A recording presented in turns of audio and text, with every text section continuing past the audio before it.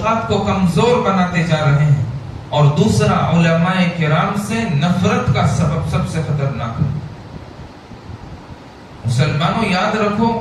عالم سے نفرت کرنا سارے عالم سے نفرت کرنے کے برابر ہے۔ آج کل امت کے اندر حالات ایسے آ گئے ہیں کہ لوگ عوام ہیں، جاہل ہیں، سورہ اخلاص ان کی زبان پر پڑھا نہیں جا رہا ہے، سورۃ الکوثر ان کی زبان سے پڑھی نہیں جا رہی ہے، سورۃ الفاتحہ نہیں پڑھا جا رہا ہے، رکوع و سجدے کی تسبیحات نہیں پڑھی جا رہی ہے۔ اس کے باوجود بھی علماء کرام سے نفرتیں کرتے ہیں، علماء سے تڑتے ہیں، علماء سے بجائے جوڑنے کے ان سے علیحدگی اختیار کرتے ہیں، مسائل انٹرنیٹ سے پوچھتے ہیں۔ افسوس ہے مسلمانوں، اور اس کا سبب بھی، اس کا نتیجہ بھی وہی ہوگا۔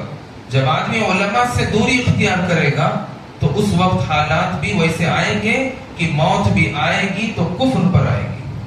موت بھی آئے گی تو شرک پر موت آئے گی۔ کیسے؟ جب وہ حالات انٹرنیٹ سے پوچھے گا، مسائل انٹرنیٹ سے حل کرے گا، تو انٹرنیٹ کے اندر غلط مسائل بھی ہوتے ہیں اور گوگل کے اندر غلط مسائل بھی ہوتے ہیں۔ علماء سے دوری کا سبب یہ ہوگا کہ جب آپ اس سے مسائل پوچھیں گے اور غلط مسئلہ آپ کو معلوم ہوگا، اس غلط مسئلے کی وجہ سے آپ کا ایمان بھی جا سکتا ہے۔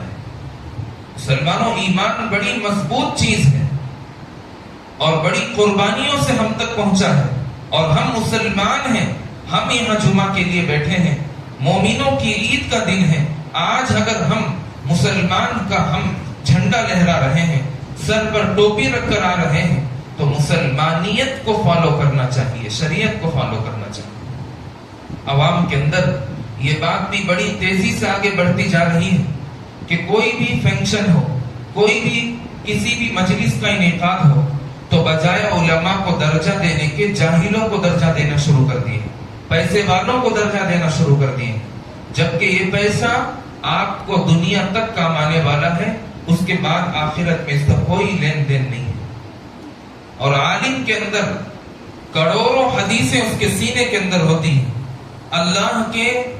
کلام پاک کے 6666 آیتیں اللہ تبارک و تعالیٰ اس کے سینے میں سمو کر رکھا ہے۔ آپ اندازہ لگا کر دیکھیے، جس عالم کو، جس حافظ کو، جس مفسر کو، جس محدث کو اللہ تبارک و تعالیٰ ڈھیر سارے انعامات اور علوم سے نواز کر اسے ایک بڑا مقام عطا فرماتے ہیں، تم کسی جلسے میں، کسی محفل میں اور کسی جلوس کے اندر بجائے عالم کو مقام دینے کے جاہل کو مقام دے رہے ہیں۔ ملا نصیر الدین ایک بڑے آدمی گزرے ہیں، ان کے پاس ایک گدھا تھا، تو ملا نصیر الدین رحمت اللہ علیہ اس گدھے کو بہت مقام اور مرتبہ دیتے تھے۔ جس طریقے سے آج امت کے اندر مقام و مرتبہ والی چیزوں کے اندر کوئی ہے تو آدمی اپنے گھر کو مقام دیتا ہے، اس کے پاس اگر کار ہے تو کار کو مقام دیتا ہے، چاہے وہ فارچونر ہو چاہے وہ الٹو 800 ہو، اس کا مقام وہ سمجھتا ہے کہ بھائی میں کار والا ہوں، میرے پاس کار ہے، میرے پاس بنگلے ہیں۔ تو ملا نصیر الدین کے پاس بھی ایک گدھا تھا۔ اس زمانے کے اندر اونٹ کا، گدھے کا، خچر کا جو مقام تھا تو وہ آج انسان سوچ بھی نہیں سکتا۔ جیسے آج انسانوں کے دل کے اندر بڑی بڑی کاروں کا جو مقام ہے، بڑے بنگلوں کا جو مقام ہے، یہ مقام اس وقت چھپر کے گھروں کا تھا، اور یہ مقام اس وقت گدھے کا تھا، خچر کا تھا، اونٹ کا تھا۔ اللہ کے نبی محمد الرسول اللہ صلی اللہ علیہ وسلم کے پاس بھی اونٹ تھے، گدھے تھے، خچر تھے، انہی پر سوار ہو کر وہ اپنے منزلوں کو طے کیا کرتے تھے۔ ملا نصیر الدین وہ ایک بڑا بنگلہ بنائے ہوئے تھے، جہاں بھی جاتے اپنے گدھے کو ساتھ لے کر جاتے اور بہتر سے بہتر کھانا اس کو کھلاتے۔ تو اس وقت جب وہ اپنے مقام پر بیٹھے، اپنے بنگلے کے اندر آئے، تو بالکونی جس کو کہتے ہیں، بالکونی کہتے ہیں نا، بالکونی جہاں آرام سے بیٹھتے ہیں لوگ، کھانا پینا کرنے کے بعد تھوڑا عیش و آرام لیتے ہیں،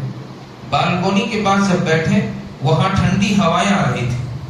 اور ایک بڑا سکون سے ماحول نظر آیا۔ ملا نصیر الدین نے سوچے کہ بھائی جب مجھے اتنا آرام مل رہا ہے، میرا گدھا جو ہے پارکنگ کے اندر بندھا ہوا ہے، وہاں دھوپ کی شدت ہے، وہاں گرمی کی شدت ہے، اس کو بھی پریشانی ہو رہی ہوگی، اس کے درد کو اپنا درد سمجھتے ہوئے اس گدھے کو جیسے تیسے کر کے سیڑھیوں پر چڑھا کر لے کر آئے اور بالکونی کے پاس کھڑا کر دیا. اور بالکونی کے اندر جو ہے بیڈ کی شکل میں کوئی تختہ تھا اور بازو کرسی تھی جس کو ٹی پائی کہتے ہیں یا ٹی ٹیبل کہتے ہیں. تو اس انداز میں ایک لکڑی رکھی ہوئی تھی اور بازو ایک کرسی تھی. ملا نصیر الدین کرسی پر بیٹھے اور سوچے کہ جب میں کرسی پر بیٹھا ہوں میرا گدھا بھی اس لکڑی کے تخت پر آ کر بیٹھ جائے، اس کو بھی یہ ٹھنڈی ہوا محسوس ہو جائے. جب ملا نصیر الدین اس گدھے کو لے کر آ کر اس تخت پر جیسے رکھے، اس کی وزن سے، اس کی حرکت سے، اس کی چال ڈھال سے وہ سارا کا سارا جو بالکونی ہے وہ ٹوٹ کر گر گیا. وہ کرسی بھی گر گئی، ملا نصیر الدین بھی گر گئے اور ان کو چوٹ بھی لگ گئی. تب ملا نصیر الدین کو سمجھ میں آیا کہ ہاں، مقام جس کا جہاں ہے اس کا وہیں رکھنا چاہیے. اس سے مسلمانوں کو سبق ملا ہے، ایک احساس ملا ہے کہ اگر عالم ہے اس کا مقام منبر پر ہوتا ہے، عالم ہے اس کا مقام کرسیوں پر ہوتا ہے. تو آپ جب ایک عالم کو نیچے کے والی حصے بٹھا کر عوامی مجلس میں جہاں جہالت کی انتہا پار ہو رہی ہو وہاں ایک جاہل کو لا کر آپ بٹھا رہے ہیں، تو یہ نصیر الدین والا قصہ ہوگا کہ گدھے کو بٹھائے اور پوری بالکونی بھی ٹوٹ گئی، خود بھی گر گئے، کمر میں چوٹ بھی لگ گئی اور زخمی بھی ہو گئے. تو بھائیو، جس کا جو مقام ہے اسی مقام پر اس کو رکھنا چاہیے. آپ کو مسائل حل کرنا ہے، علماء کا دامن پکڑنا چاہیے، ان کے پیچھے چلنا چاہیے. ان کے پیچھے جب آپ نماز پڑھ رہے ہیں، ان کے پڑھائے ہوئے نکاح سے آپ آرام کر رہے ہیں، ان کے پڑھائے ہوئے جنازے سے آپ دفن کیے جا رہے ہیں اور ان کے پڑھائے ہوئے آیات قرآنیہ سے آپ کو قبر کے اندر، حشر کے اندر اطمینان مل رہا ہے، سکون مل رہا ہے، تو ویسے ہی مقام علماء کو کرنا چاہیے. جب آدمیوں کے اندر علماء کا مقام اور مرتبہ کم ہوتا ہے تو اللہ تبارک و تعالیٰ کی طرف سے تنزلی کے اسباب پیدا ہونا شروع ہو جاتے ہیں. لوگ سمجھتے ہیں اس عالم کو تو ہم روزانہ ملتے ہیں، اس عالم کے ساتھ تو ہم روزانہ رہتے ہیں، اور اس وجہ سے کہ روزانہ ہمیں ملتا ہے تو اس سبب سے جو اس کے اندر ایک کمی پیدا ہوتی ہے یہ ایمان کی کمزوری کی علامت ہو سکتی ہے.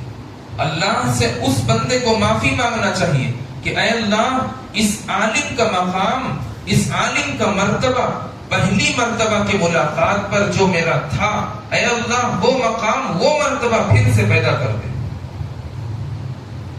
اور علماء فرماتے ہیں کہ عالم سے جب بھی ملو تو اس انداز میں ملو گویا پہلی مرتبہ ملاقات ہو رہی ہے، اور اس کی کمی کوتاہیوں کو بس پردہ کر دینا چاہیے، کیونکہ ہر آدمی سے خطا ہو سکتی ہے، ہر آدمی سے غلطی ہو سکتی ہے. الانسان خطأ من النسیان، انسان غلطیوں سے، بھلاہٹ سے مرکب ہے، ملا ہوا ہے. کوئی آدمی دودھ کا دھلا پیدا نہیں ہوا ہے. آسمان سے کسی کو اللہ تبارک و تعالیٰ ڈائریکٹلی زمین کے اوپر نہیں اتار دیا. تو اس سے ہی پتا چلا جا سکتا ہے کہ وہ عالم جو بیٹھ کر منبر پر بیان کرتے ہیں، مصلی پر کھڑے ہو کر جو امامت کرتے ہیں، آپ کی نماز کو جائز نماز تک لے کر جاتے ہیں، آپ کی نماز سے اللہ کی قربت حاصل کرواتے ہیں، آپ کی نماز کو صحیح کر کے محمد رسول اللہ صلی اللہ علیہ وسلم کے طریقے پر عمل کر کے اور اللہ کے نبی کے قریب کرتے ہیں، اس عالم کے مقام کو بھی سمجھنا چاہیے. بس ٹوٹنے کے طریقے صرف دو ہیں، اور جب ایک عالم سے آدمی ٹوٹتا ہے گویا سارے عالم سے وہ ٹوٹ گیا ہے، کیونکہ اس کے سینے کے اندر جو ذخیرہ ہے، جو علوم کا انبار ہے، یہ ڈائریکٹلی یہ تو اللہ کے زبان اقدس سے نکلا ہوا چیز ہے جس کو کلام اللہ کہا جاتا ہے، یا وہ علم جو اس کے سینے کے اندر ہے رسول اللہ صلی اللہ علیہ وسلم کی زبان اقدس سے نکلی ہوئی فرمان ہے جس کو حدیث کہتے ہیں. تو کتاب اللہ، رسول اللہ، بیت اللہ یہ شاعر اللہ میں سے ہے. جب آدمی کسی عالم کی بے حرمتی کرتا ہے تو اس کے تنزلی کے اسباب شروع ہو جاتے ہیں، اس کے گرتے ہوئے حالات یہاں سے شروع ہو جاتے ہیں، اس کے اندر بری نوبتیں یہاں سے آنا شروع ہو جاتی ہیں، کیونکہ جن علوم کو لے کر، جن حدیث کو لے کر وہ بیان کر رہے ہیں، وہ بیان، وہ ذخیرہ احادیث، وہ قرآنی آیات کو لے کر جو بیان کر رہے ہیں، ہزاروں لاکھوں کروڑوں آدمیوں کو چن کر اللہ تبارک و تعالی ریسرچ کرتے ہیں۔ آپ ذرا اندازہ لگا کر دیکھیے کہ اگر آپ ایک زمین لیتے ہیں اور اس زمین کے اندر آپ کو بورویل کروانا ہو تو آپ سائنسدان کو بلاتے ہیں، ریسرچرز کو بلا کر آپ پوچھ تاچھ کرتے ہیں کہ یہاں پر زمین کے اندر پانی ہے یا نہیں ہے، اس کے کہنے پر آپ اس میں بورویل کرتے ہیں، پھر اس کے بعد پانی نکالنے کے لیے کئی طرح کے چیزوں کو اپناتے ہیں جس کی بدولت آپ کو پانی میسر ہوتا ہے۔ تو اللہ تبارک و تعالی جس کا ریسرچرز ہو اس کو کون مٹا سکتا ہے؟ جس کو اللہ نے چنا ہو، جس کو اللہ نے منتخب کیا ہو، اس کو ہم جیسے کمزور بندے کیوں گراتے ہیں؟ کیوں ہلکے پن کی نظر سے دیکھتے ہیں؟ کیوں ان کو اونچے درجے، اونچے مقام پر نہیں دیتے ہیں جب مقام اللہ نے دیا ہے؟ اور اللہ تبارک و تعالی ہزاروں کروڑوں لوگوں کو پیدا کرنے کے بعد، ریسرچ کرنے کے بعد کہ کون اس کا قابل ہو سکتا ہے کہ جس کے سینے کے اندر میرے جیسے کلام، میرے جیسے اللہ کے کلام کو اس کے سینے کے اندر سمو۔ ساری دھرتی کے اندر جس کا مقام محمد رسول اللہ صلی اللہ علیہ وسلم کا ہے، ان کی زبان سے نکلی ہوئی حدیث کو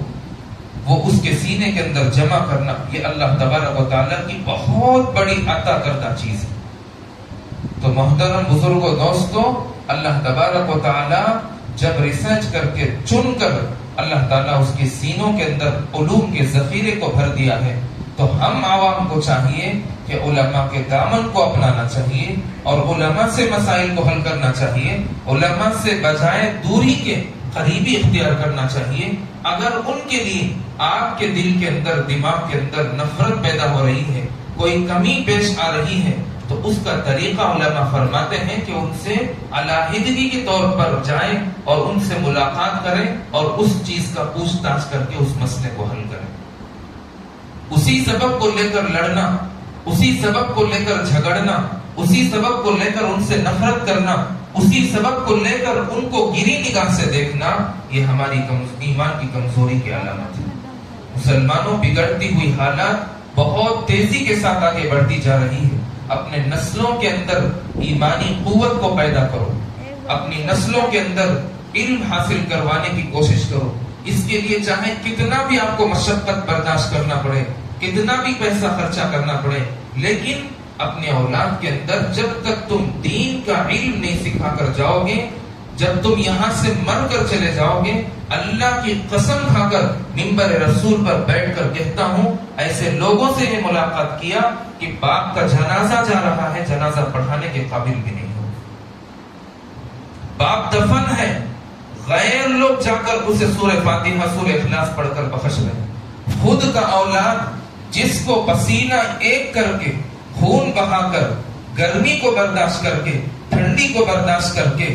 گالیاں سن کر، دھکے کھا کر، اور جو انداز میں اس نے پیسہ کما کر اس کو پالا پوسا، آج وہ اولاد سورہ اخلاص قرآن کی چھوٹی سی سورت پڑھ کر بخشنے کے قابل نہیں ہے۔ میرے بھائیوں، ابھی تک جو حالات آپ دیکھ رہے ہیں،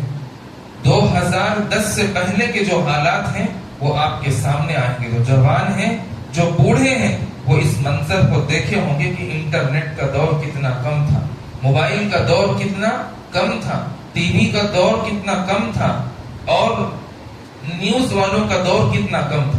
2010 کے بعد یہ معاملہ بڑھتا ہوا آج 26 چل رہا ہے۔ آپ دیکھے ہوں گے انٹرنیٹ کتنا عام ہو گیا ہے، نفرتیں کتنی عام ہو گئی ہیں، ایک دوسرے سے محبت کے بجائے نفرت کتنی عام ہو گئی ہے، قتل و غارت کتنا عام ہو گیا ہے، جھوٹ کتنا عام ہو گیا ہے، دھوکہ کتنا عام ہو گیا ہے، عداوت کتنی عام ہو گئی ہے۔ اب آپ اندازہ لگا کر دیکھیے کہ 26 کے اندر یہ حالات آ رہے ہیں تو آگے چل کر یہ حالات کتنا خطرناک بدل سکتے ہیں۔